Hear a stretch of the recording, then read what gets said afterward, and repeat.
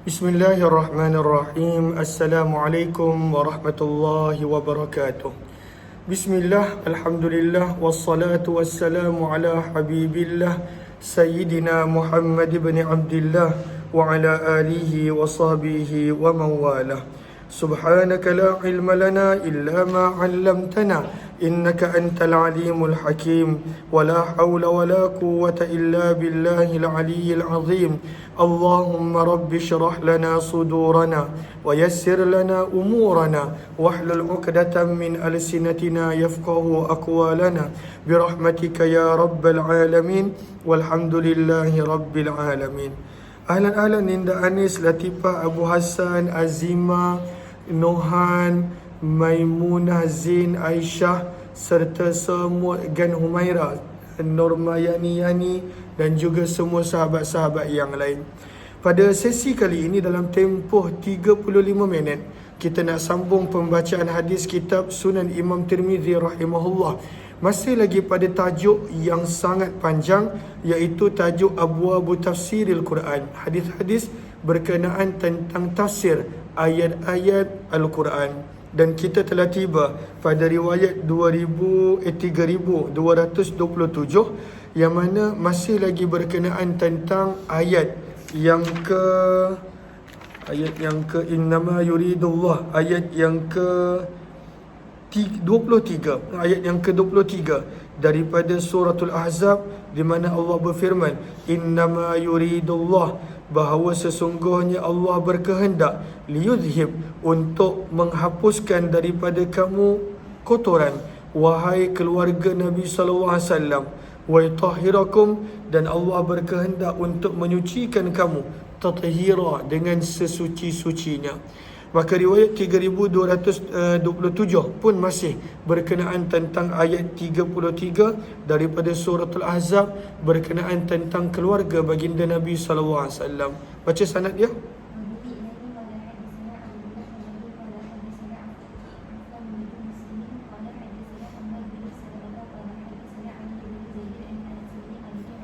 Daripada Anas bin Malik, sahabat Nabi, pembantu Nabi, khadam Nabi radhiyallahu anhu, sesungguhnya Nabi sallallahu alaihi wasallam kana yamurru, apabila melewati bibabi Fatimah, di hadapan pintu rumah Fatimah.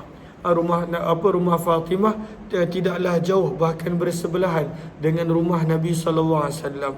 Maka selama 3 bulan, sittata asyhur, selama 6 bulan, selama 6 bulan, apabila Nabi melewati pintu rumah Fatimah, idza kharaja li salatin, apabila Nabi sallallahu alaihi wasallam keluar untuk menunaikan solat subuh, maka Nabi akan berkata, as-salah, tunaikan solat, ya ahlal bait, wahai ahli keluarga Rasulullah. Dan kemudian Nabi membaca ayat daripada surah Al-Ahzab ayat 23, firman Allah, innama yuridullah liyudhhiba ankum rijsa ahlal bait wa yutahhirakum tathira, bahawa sesungguhnya Allah berkehendak untuk menghapuskan daripada kamu ar-rijsa ahlal bait, kotoran wahai keluarga Nabi, dan Allah berkehendak untuk menyucikan kamu dengan sesuci-sucinya, iaitu ayat yang ke-33 daripada suratul Ahzab. Lalu ada 2 hadis berkenaan tentang ayat 33 suratul Ahzab yang Imam Nawawi bawakan.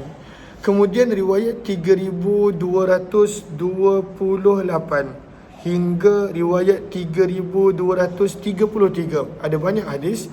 Imam Tirmizi membawakan hadis-hadis ini untuk menerangkan ayat yang ke-37. Sebelum kita baca hadis tersebut, kita kena faham satu perkara. Yang pertama, poin dia, bahawa Zaid bin Harithah radhiyallahu ta'ala anhu, sebelum kedatangan Islam dan pada awal Islam, Zaid bin Harithah adalah anak angkat Nabi sallallahu alaihi wasallam. Itu poin yang pertama. Awalnya dia adalah hamba, kemudian Nabi merdekakan dia, dan Nabi SAW jadikan dia mutabanna, anak angkat Nabi SAW. Ini yang pertama, bahawa Zaid bin Harithah adalah anak angkat Nabi SAW. Poin yang kedua, masyarakat Arab sebelum kedatangan Islam, mereka berbinkan anak angkat kepada diri mereka. Maka sebab itulah Zaid bin Harithah juga dikenali sebagai Zaid bin Muhammad pada awal Islam dan sebelum kedatangan Islam. Maka itu poin yang kedua. Masyarakat Arab memanggil anak angkat sebagai anak sendiri. Bahkan mereka tukar bin dan mereka binkan kepada diri mereka. Kemudian Al-Quran tegur dan Al-Quran larang. Itu poin yang kedua. Poin yang ketiga, Zaid bin Harithah telah berkahwin dengan Zainab binti Jahash radhiyallahu taala anha. Maka disebabkan perbezaan keturunan, Zainab binti Jahash daripada kabilah bangsa Arab yang mulia, sementara Zaid bin Harithah asalnya adalah hamba yang Nabi SAW merdekakan. Maka pada waktu itu perkahwinan mereka tidak bertahan lama. Maka poin yang keempat, maka Nabi SAW setelah Zaid bin Harithah menceraikan, berpisah daripada Zainab binti Jahash, Allah Subhanahu wa taala telah mengahwinkan Nabi SAW dengan Zainab binti Jahash dalam keadaan itu adalah perkara yang orang Arab pada awalnya tak boleh terima. Kenapa orang Arab tak boleh terima? Yang pertama, kita kena faham, mereka anggap anak angkat tu macam anak sendiri. Sebab itu mereka berbinkan kepada diri mereka. Dan tak ada orang yang akan mengahwini isteri, bekas isteri kepada anaknya, menantu sendiri. Tak ada orang. Tetapi Allah sengaja menyuruh Nabi SAW mengahwini Zainab binti Jahash untuk Allah padamkan sepenuhnya, padamkan 100% dan memberi peringatan bahawa anak angkat bukanlah anak nasab. Anak angkat tidak ada kaitan dengan anak keturunan. Anak angkat bahkan pada waktu itu tidak ada hubungan apa-apa dengan anak nasab keturunan. Maka isteri yang mereka telah cerai dan berpisah sebenarnya boleh dikahwini oleh ayah angkat mereka. Maka sebab itu Allah SWT suruh perkara itu berlaku. Walaupun kita akan baca dalam ayat, Nabi SAW khawatir manusia akan mencemuh dan bercakap benda yang tak elok, bahawa bagaimana Muhammad Rasulullah boleh berkahwin dengan bekas isteri kepada anak angkatnya. Sebab mereka masih lagi ada pemahaman anak angkat adalah seperti anak sendiri pada waktu tersebut. Maka Allah nak hapuskan pemahaman seperti itu. Allah perintahkan Nabi SAW untuk mengahwini akan Zainab binti Jahash yang merupakan bekas isteri kepada Zaid bin Harithah, anak angkat baginda Nabi SAW. Okey, baca riwayat 3228, baca.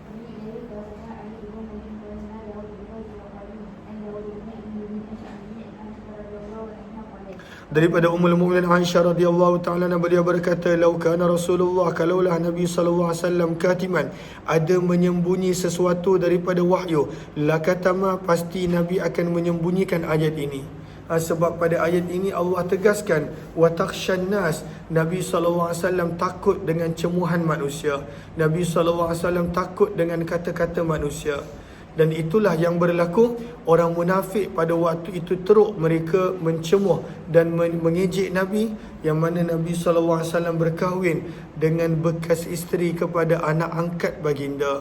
Yang mana Allah nakkan itu berlaku supaya dihapuskan 100% bahawa anak angkat tidaklah seperti anak kandung seperti mana yang dipercayai oleh masyarakat Arab pada waktu itu. Maka apakah ayatnya? Ayat yang ke-37 daripada suratul Ahzab, di mana firman Allah, wa iz, dan ingatlah ketika, taqulu, kamu berkata, lillazi an'ama Allah, orang yang mana Allah telah mengurniakan nikmat ke atasnya. Itulah nikmat Islam. Allah kurniakan nikmat Islam kepada Zaid bin Harithah. Wa an'amta alaih, dan kamu wahai Muhammad telah mengurniakan nikmat kepadanya, iaitu nikmat kemerdekaan. Nabi SAW telah merdekakan dia. Lalu siapakah orang ini? Namanya Zaid bin Harithah radhiyallahu anhu. Maka apa yang Nabi cakap kepadanya? Amsik alaika, tahanlah kamu zaujaka, isteri kamu. Jangan ceraikan dia, tahan. Pada waktu itu jangan kamu ceraikan isteri kamu. wattaqillah, dan bertakwalah kamu kepada Allah Subhanahu wa taala. Wa tukhfi, dalam keadaan kamu menyembunyikan, fi nafsika, pada hati kamu, ma, perkara yang Allahu mubdih, Allah akan menzahirkannya. Maksudnya waktu Nabi cakap kepada Zaid bin Harithah, jangan ceraikan isteri kamu, waktu itu Nabi ada menyimpan sesuatu dalam hati baginda. Dan kat sini ada isu. Kebanyakan para ulama tafsir, mereka pada waktu itu menerangkan yang Nabi ada simpan perasaan kepada Zainab binti Jahash dalam keadaan dia masih lagi isteri kepada Zaid bin Harithah, dan itu kurang tepat. Itu adalah pandangan yang dimulai oleh Al-Baydawi dan juga beberapa para ulama tafsir yang lain, dan kemudian diambil dan dimasyhurkan oleh kebanyakan para ulama tafsir, bahawa maksud daripada wa tukhfi fi nafsika ma Allahu mubdi, dan kamu sembunyikan di dalam hati kamu perkara yang Allah akan menzahirkannya, wa takhshan nas, dan kamu takut dan risau akan cemuhan manusia. Maka para ulama tafsir kebanyakan menyebut itu adalah perasaan Nabi menyukai Zainab binti Jahash dalam keadaan dia adalah isteri kepada Zaid bin Harithah. Namun sebahagian para ulama tak bersetuju. Itu bukanlah maksud dia, dan tidak ada dalil pun yang menyokong pada waktu itu perkara tersebut. Tetapi maksud daripada Nabi menyembunyi, bila Nabi kata jangan ceraikan isteri kamu, maka apakah maksud Nabi sembunyikan sesuatu dalam hati baginda? Itulah Nabi SAW risau, kalaulah Zaid bin Harithah ceraikan isteri dia, maka untuk Allah nak membatalkan 100% sangkaan anak angkat adalah anak betul, maka Allah akan perintahkan Nabi mengahwini Zainab, dan itu yang berlaku. Maka Nabi SAW pada waktu itu dapat rasakan, kalaulah Zaid bin Harithah ceraikan isteri dia, maka untuk Allah batalkan 100% pemahaman orang Arab bahawa anak angkat adalah anak betul, adalah seperti anak betul. Maka Nabi risau Allah akan menyuruh baginda Nabi SAW mengahwini Zainab binti Jahash, dan Nabi tak nak manusia mencemooh baginda. Maka itu maksud dia. Jelas ke jelas? Sebab tak mungkin Nabi SAW menyukai isteri kepada orang lain, dan itu adalah perkara yang tak sepatutnya ada pada seorang Nabi SAW. Maka Nabi berkata kepada Zaid bin Harithah, amsik, tahanlah isteri kamu, jangan kamu ceraikannya. Wattaqillah, bertakwalah kamu kepada Allah. Firman Allah, wa tukhfi, dalam keadaan kamu menyembunyikan, fi nafsika, pada hati kamu, ma, perkara yang Allahu mubdi, Allah akan menzahirkannya. Dan itulah perkara Nabi tahu, kalaulah Zaid bin Harithah ceraikan isteri dia, maka untuk Allah menghapuskan pemahaman anak angkat adalah seperti anak betul, Nabi risau Allah akan menyuruh Nabi mengahwini Zainab binti Jahash, dan itulah yang berlaku. Wa takhshan nas, dan kamu takut akan cemuhan manusia. Wallahu ahaqqu an takhshah, padahal Allah lah yang selayaknya kamu takutkan. Ila qawlihi, sehinggalah ke hujung ayat, wa kana amrullahi maf'ula, dan keputusan Allah pasti akan berlaku. Keputusan Allah pasti akan berlaku. Sebab itu pada sinhara juga, baris yang ketiga daripada bawah, kita tak ambil, kerana itu diambil daripada riwayat tafsir bahawa mereka maksudkan Allahumma salli ala sayyidina Muhammad, wa tukhfi fi nafsika ma Allahu mubdih. Mereka ambil maksud Nabi menyukai Zainab dalam keadaan pada waktu itu dia masih isteri Zaid bin Harithah. Kebanyakan mereka ambil daripada tafsir yang mana pada waktu itu perkara tersebut dimulai oleh seorang dua ulama tafsir dalam keadaan mereka tak ada pun dalil untuk perkara tersebut, dan diambil dan disebarkan oleh para ulama tafsir yang lain. Padahal perkara itu tidaklah sepatutnya ditafsirkan begitu untuk Nabi sallallahu alaihi wasallam. Okey. wa inna Rasulullah, dan sesungguhnya baginda Nabi sallallahu alaihi wasallam apabila telah mengahwini Zainab, qalu, maka apa manusia berkata, tazawwaja halilat ibnih, adakah Muhammad mengahwini bekas isteri kepada anaknya? Sebab orang Arab mereka memang pada waktu tu sangat percaya anak angkat sama hukum, sama taraf dengan anak kandung. Maka pada waktu tu masyarakat mula kata Nabi mengahwini bekas isteri kepada anak kandung anaknya sendiri. Maka Allah Subhanahu Wa Taala menurunkan ayat yang ke-40, ayat yang keempat daripada suratul Ahzab, yang mana firman Allah Subhanahu wa taala, ayat yang ke-40, Allah SWT turunkan ayat, ma kana Muhammadun aba ahadin min rijalikum walakin Rasulullah wa khataman nabiyyin. Allah menafikan yang Zaid bin Harithah bukanlah anak Nabi. Firman Allah, ma kana Muhammadun, bukanlah Nabi Muhammad itu adalah ayah kepada salah seorang daripada kamu, dalam kurungan hanya dengan sebab itu adalah anak angkat baginda. Maka Nabi bukan ayah kepada salah seorang daripada kamu. Walakin Rasulullah, akan tetapi baginda Nabi adalah utusan Allah, wa khataman nabiyyin, dan penutup para nabi. Wa kana Rasulullah, maka adalah Nabi SAW tabannahu, menjadikan Zaid bin Harithah sebagai anak angkat semenjak beliau kecil lagi. Falabitha, maka beliau telah tinggal bersama dengan Nabi sehingga menjadi lelaki dewasa, dan orang Arab memanggil beliau dengan panggilan Zaid bin Muhammad, Zaid anak lelaki Muhammad. Maka Allah Subhanahu Wa Taala telah turunkan ayat yang kelima, suratul Ahzab, firman Allah, ud'uhum liabaihim, panggillah anak-anak angkat itu berbinkan kepada ayah mereka. Huwa aqsatu indallah, cara itu adalah lebih adil di sisi Allah. Fa illam ta'lamu, maka jika kamu tidak mengetahui siapakah ayah sebenar mereka, fa ikhwanukum, maka panggillah mereka sebagai saudara-saudara yang seagama dengan kamu. Wa mawalikum, dan panggillah mereka dengan panggilan maula-maula, hamba-hamba yang telah kamu merdekakan. Maka panggillah fulan maula fulan, fulan akhu fulan, kena panggil begitu. Orang ini adalah maula kepada orang ini, orang ini adalah saudara kepada orang ini. Huwa aqsatu indallah, cara panggilan itu adalah lebih adil di sisi Allah, yakni a'dalu indallah. Maka walaupun ayat yang kelima Allah tak benarkan anak angkat berbinkan kepada ayah angkat, namun seperti mana yang telah diterangkan, masyarakat Arab masih lagi tak boleh terima, dan mereka masih lagi anggap anak angkat itu sama taraf seperti anak kandung. Sebab itu berlakunya apa yang berlaku pada ayat yang ke-37. Walaupun Nabi risau Nabi SAW akan dikecam, dicemuh, tapi Allah nakkan benda itu berlaku, iaitu Allah perintahkan Nabi untuk berkahwin dengan bekas isteri kepada anak angkat Nabi, nak menunjukkan bahawa anak angkat bukanlah anak kandung. Dan akhirnya barulah orang-orang Arab pada waktu itu menerima hukum Al-Quran seperti mana yang telah diturunkan oleh baginda Nabi SAW. Hadis ini adalah begitu juga zaman kita. Kalaulah pada waktu itu nak ambil anak angkat, maka pada waktu itu sebaik-baiknya susukanlah ia dengan keluarga yang terdekat supaya boleh menjadi anak susuan.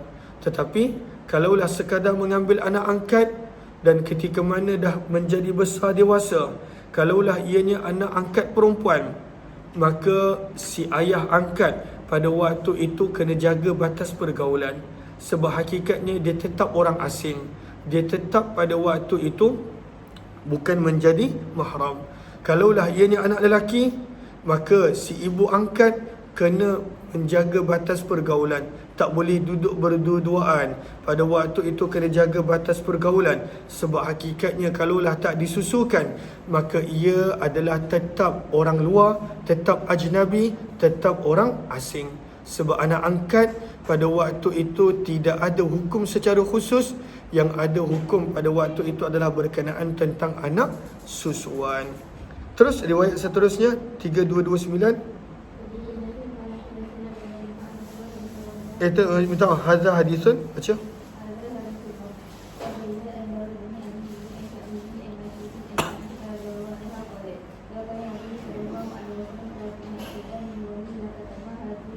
Maka berkata Aisyah, kalaulah Nabi ada menyorok sesuatu ayat daripada wahyu, maka nescaya ayat inilah yang Nabi akan sorok. Kerana pada ayat ini Allah menegur Nabi bahawa Nabi cuba menyembunyikan sesuatu, mallahu mubdi, yang Allah pasti akan menzahirkannya, dan Nabi pada waktu itu takut, risau akan cemohan dan kata-kata manusia. Hadzal harfu, riwayat seperti ini, lam yurwa, tidaklah diriwayatkan dengan panjang lebar. Terus 3229.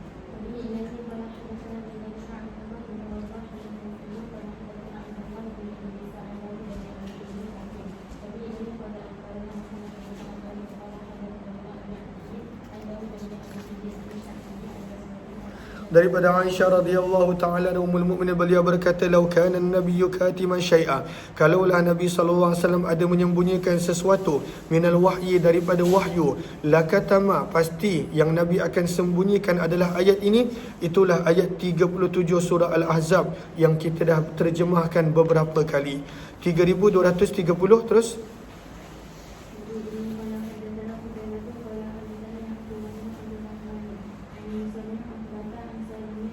Daripada sahabat Nabi Abdullah bin Umar radhiyallahu anhu, beliau berkata, "Ma kunna nad'u Zaid bin Harithah." Kami pada awal Islam, kami tidak pernah panggil beliau dengan nama Zaid bin Harithah, illa, kecuali kami hanya panggil beliau dengan gelaran Zaid bin Muhammad. Sebab orang Arab, mereka memang binkan anak angkat kepada bapa angkat.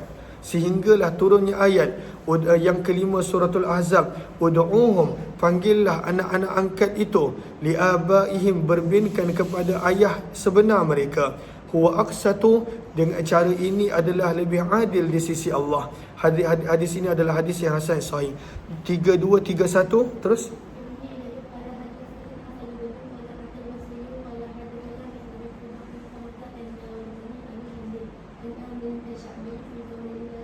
Maka Amir Sya'bi berkenaan tentang firman Allah berkata, apabila kita lihat pada suratul Ahzab ayat yang ke-40, maka Muhammadun aba ahadin min rijalikum, tidaklah Muhammad apa bapa kepada salah seorang daripada lelaki-lelaki kamu. Qala, maka berkata Amir Sya'bi daripada ayat ini, maka liya'isha lahu fikum waladun zakar, dapat tahu bahawa tidak akan ada lahu untuk Nabi sallallahu alaihi wasallam fikum, di tengah-tengah kalian, waladun zakarun, seorang anak lelaki, liya'isha, yang akan hidup. Maka daripada ayat bila Allah sebut tidaklah Muhammad itu ayah kepada salah seorang daripada lelaki-lelaki kamu, menunjukkan bahawa tidak akan ada anak lelaki Nabi sallallahu alaihi wasallam yang hidup, dan itulah yang berlaku. Kebanyakan anak lelaki Nabi meninggal dunia sewaktu mereka masih kecil. Terus 3232.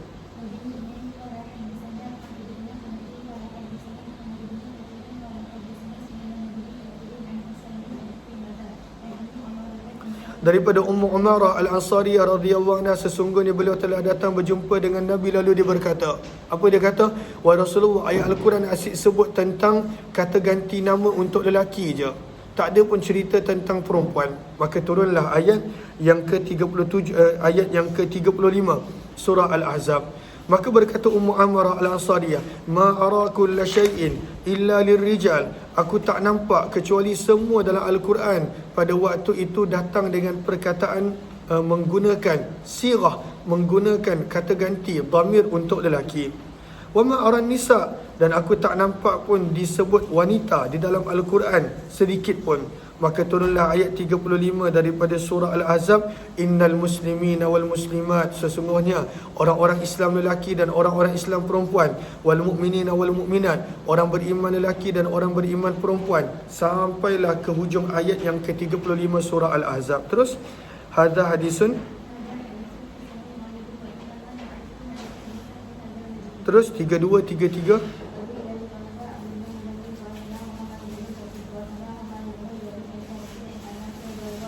Maka hadis ini menerangkan tentang kembali kepada ayat 37 surah Al-Ahzab, yang mana isteri Nabi tersebut, Zainab binti Jahash, dia selalu berbangga. Dia kata semua orang daripada kalangan isteri Nabi, keluarga mereka yang kahwinkan dengan Nabi. Tetapi aku, Allah yang kahwinkan aku. Berdasarkan firman Allah, zawwajnakaha, kami kahwinkan kamu wahai Muhammad dengan Zainab binti Jahash. Lihat kepada riwayat 3233 daripada Anas bin Malik radhiyallahu taala anhu. Beliau berkata, lamma nazalat hadhil ayah, apabila telah turunnya ayat 37 ini, fi Zainab, berkenaan tentang Zainab binti Jahash, iaitu firman Allah, falamma qada Zaidun minha wa tara zawwajnakaha, firman Allah, maka apabila telah selesai Zaid bin Harithah daripada isterinya, watara, keperluan dan kemahuannya, maksudnya dia dah tak nak, dia nak bercerai dan berpisah. Firman Allah, zawwajnakaha, kami kahwinkan kamu wahai Muhammad dengan Zainab. Kenapa Allah kahwinkan baginda Nabi dengan Zainab? Tujuannya adalah likai la yakuna 'alal mu'minina harajun fi azwaji ad'iyaihim idza qadaw minhunna watara. Ini tujuan dia. Dan itulah kembali maksud kepada wa tukhfi fi nafsika ma Allahu mubdi. Nabi sembunyikan apa yang Allah zahirkan. Kenapa Allah suruh Nabi berkahwin dengan Zainab? Firman Allah Subhanahu wa taala, supaya dengan itu, firman Allah Subhanahu wa taala, tidak lagi ada keberatan ke atas orang-orang beriman untuk berkahwin dengan bekas-bekas isteri, anak angkat mereka, apabila anak-anak angkat mereka telah selesai dan pada waktu itu menceraikan isteri mereka. Nak menunjukkan bahawa anak angkat adalah orang asing. Anak angkat bukan keluarga, anak angkat bukan anak kandung. Maka Allah suruh Nabi mulakan dahulu supaya manusia benar-benar faham bahawa anak angkat dan ayah angkat tak ada apa-apa hubungan. Maka seorang ayah angkat boleh berkahwin dengan bekas isteri kepada anak angkatnya, dan itu langsung tidak tercela. Dan pada awalnya masyarakat Arab tak boleh terima, tapi bila Nabi SAW melakukannya, maka pada waktu itu mereka faham dan mereka terima. Terus qal fakana taftakhiru, maka adalah Zainab sentiasa berbangga terhadap isteri Nabi SAW yang lain, seraya berkata, zawwajakunna ahlukun, keluarga kamu yang mengahwinkan kamu, tetapi Allah yang telah mengahwinkanku daripada 7 petala langit. Terus 3234,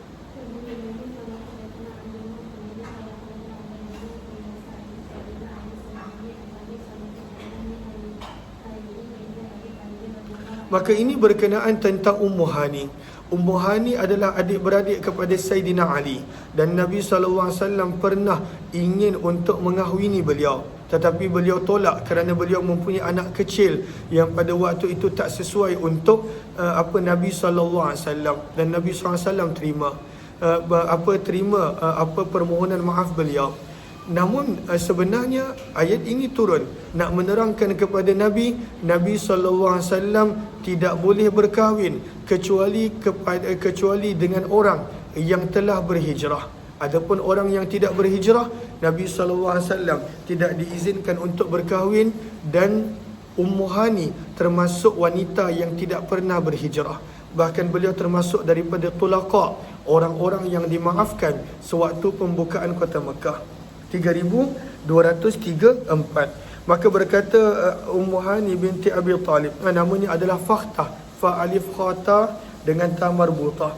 Maka berkata Fakhtah, ataupun gelarannya Ummu Hani, khatabani Rasulullah, telah meminang daku Nabi SAW, fa'tadartu ilaih, maka aku telah memohon maaf yang aku tidak boleh menerima pinangan Nabi. Fa'atarani, dan Nabi telah menerima permohonan maafku. Maka turunlah ayat yang ke-50 daripada suratul Ahzab, firman Allah, ya ayyuhan nabi, wahai Nabi, inna ahlalna, sesungguhnya kami telah halalkan bagimu, azwajaka, isteri-isteri kamu, allati, isteri-isteri kamu yang ataita ujurahum, kamu telah serahkan, kamu telah berikan mas kahwin mereka.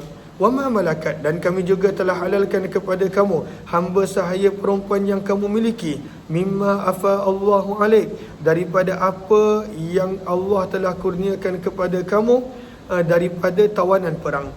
Wa banati, dan kami juga telah halalkan kepada kamu anak-anak perempuan pakcik kamu. Wa banati ammatika, anak-anak perempuan makcik kamu. Am dengan ammah daripada belah ayah. Wa banati khalika, anak-anak perempuan pakcik kamu.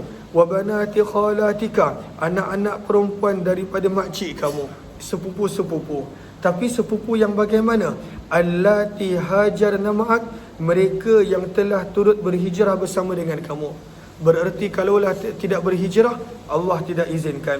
Maka berkata Ummu Hani, falam akun uhillulah, maka aku tahu Allah tidak mengizinkan aku mengahwini Nabi sallallahu alaihi wasallam.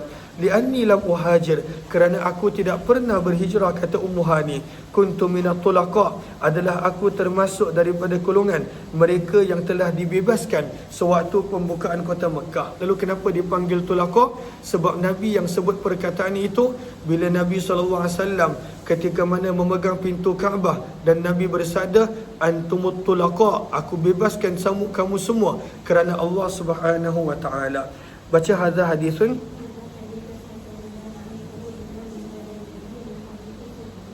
Terus 3235.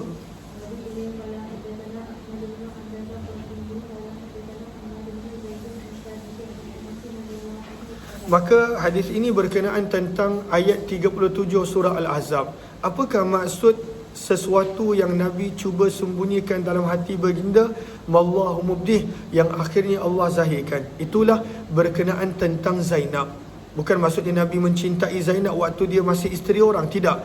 Maksudnya adalah Nabi tahu kalaulah Zaid bin Harithah ceraikannya, maka Allah akan menyuruh Nabi mengahwininya dalam untuk membatalkan pemahaman masyarakat Arab pada waktu itu. Mereka percaya dan sudah sebati dengan jiwa bahawa anak angkat seperti anak kandung, dan Allah tak nak perkara itu berterusan.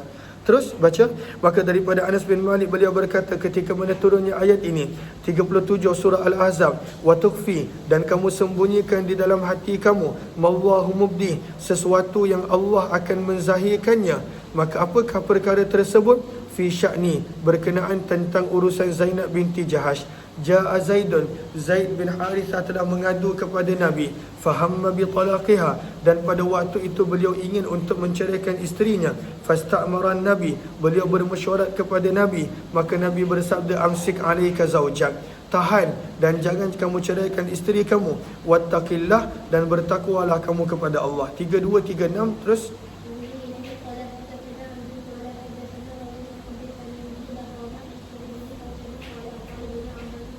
maka suratul Ahzab ayat 52. Hadis ini berkenaan tentang 52 suratul Ahzab. Berkata Abdullah bin Abbas, Nabi SAW pernah dilarang daripada menikahi beberapa jenis wanita. Nuhiya Rasulullah illa, kecuali wanita yang telah berhijrah. Nabi dihalang untuk berkahwin dengan beberapa jenis wanita kecuali wanita yang pernah berhijrah. Maka firman Allah, la yahillu lakan nisa, tidak dihalalkan untuk kamu mengambil isteri wanita-wanita min ba'du, sesudah daripada isteri kamu yang sedia ada. Wala, dan tidak pula kamu dibenarkan wahai Muhammad, antabaddala bihim, untuk kamu menggantikan isteri kamu sedia ada, min azwaj, dengan isteri-isteri yang baru. Yang ini turun, kata para ulama, kerana Allah menghargai pengorbanan para ummahatul mukminin ketika mana pada ayat yang berapa yang kita baca tadi, ketika mana pada ayat yang ke-28, sewaktu Nabi Allah perintahkan Nabi untuk memberikan kepada mereka pilihan, sama ada mereka nak tinggal dengan Nabi dalam kesukaran ataupun mereka diceraikan oleh Nabi namun Allah janjikan kemewahan, mereka pilih untuk tinggal dengan Nabi. Maka oleh itu Allah tak benarkan lagi Nabi SAW untuk berkahwin selepas daripada itu. Namun untuk tempoh seketika, selepas daripada itu Allah benarkan, namun Nabi SAW tidak lagi berkahwin dengan sesiapa. Walau a'jabaka, walaupun engkau wahai Muhammad tertarik, husnuhun, dengan kecantikan mereka, illa, kecuali, ma malakat yaminuka, apa yang menjadi milik kamu daripada hamba sahaya perempuan. Wa ahallallah, dan Allah telah menghalalkan kepada baginda, wa fatayatikumul mu'minat, hamba-hamba sahaya perempuan, untuk Nabi SAW menggauli mereka. Maka inilah ayat wa mar'ah mu'minah, dan wanita, dan Allah telah menghalalkan kepada kami, kepada baginda Nabi, fatayatikumul mu'minat. Allahumma salli ala sayyidina Muhammad. Kenapa? Kenapa seronok sangat? Oh. Yang Pak jubah habis Okey, tak boleh. Kejap. Nak habis dah hadis ni. Okey, ikut kakak. Ikut ni. Bagi dia makan kot. Dan Allah Subhanahu Wa Taala kemudiannya telah menghalalkan kepada baginda untuk mengahwini wanita beriman. Lalu hadis ini nak menerangkan ayat yang ke-52 daripada suratul Ahzab, melarang Nabi mengahwini wanita selepas daripada itu. Tetapi kemudian Allah membenarkan semula untuk Nabi SAW berkahwin, tetapi Nabi SAW tidak lagi berkahwin selepas daripada itu. Apakah ayat yang menunjukkan baginda Nabi SAW dihalalkan untuk berkahwin? Itulah ayat sebelumnya, ayat 51. Maka ayat 51 adalah ayat yang membatalkan ayat yang ke-52 daripada surah Al-Ahzab. Itu nanti akan kita lihat kemudian. Maka apakah ayat yang menunjukkan Allah membenarkan Nabi untuk berkahwin selepas Allah melarang wa mura'atan mu'minah, dan wanita beriman, in wahabat nafsaha, jika beliau menghadiahkan diri untuk dikahwini Nabi tanpa mas kahwin, tanpa bayaran. Maka waharrama kulla dhati dinin ghairal Islam, dan Allah mengharamkan kepada baginda untuk berkahwin dengan mana-mana wanita yang bukan Islam. Kemudian firman Allah, wa man yakfur bil iman, dan barang siapa yang kufur daripada iman, maka binasalah amalannya, dan di hari akhirat kelak mereka daripada kalangan orang-orang yang rugi. Waqal, dan Allah juga berfirman, ya ayyuhan nabi, wahai nabi, sesungguhnya kami telah halalkan kepada kamu, sehinggalah ke hujung ayat yang mana Allah berfirman khalisah, yang mana hukum ini adalah khusus untuk kamu, bukan boleh diguna pakai oleh orang beriman yang lain. Wa hurrima, dan diharamkan ma siwa zalika, yang selain daripada itu daripada wanita-wanita yang lain. Baca hadza hadisun.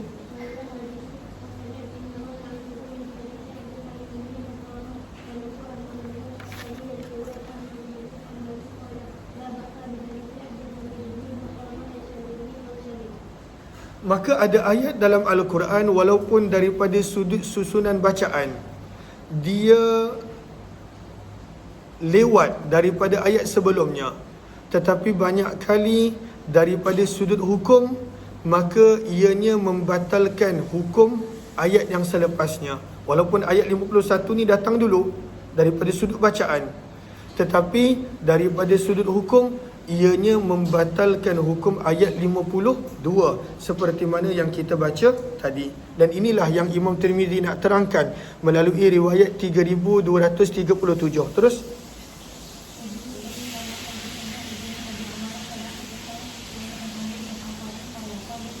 berkata Aisyah, tidaklah Nabi SAW wafat, mata Rasulullah, tidaklah Nabi SAW wafat hatta sehingga uhilla, Nabi telah dibenarkan untuk berkahwin dengan wanita-wanita jika Nabi nak. Tapi Nabi tak adalah berkahwin, cuma Allah izinkan.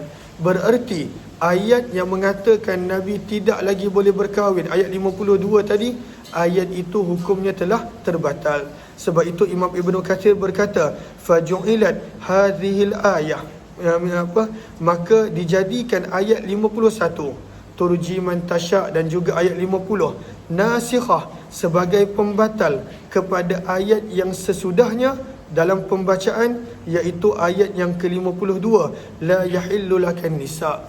Dan ini ada juga contohnya dalam berkenaan tentang mutawaffa anha zawjuha pada suratul Baqarah, walaupun ayat itu kemudian, tetapi hukumnya dibatalkan oleh ayat yang sebelumnya.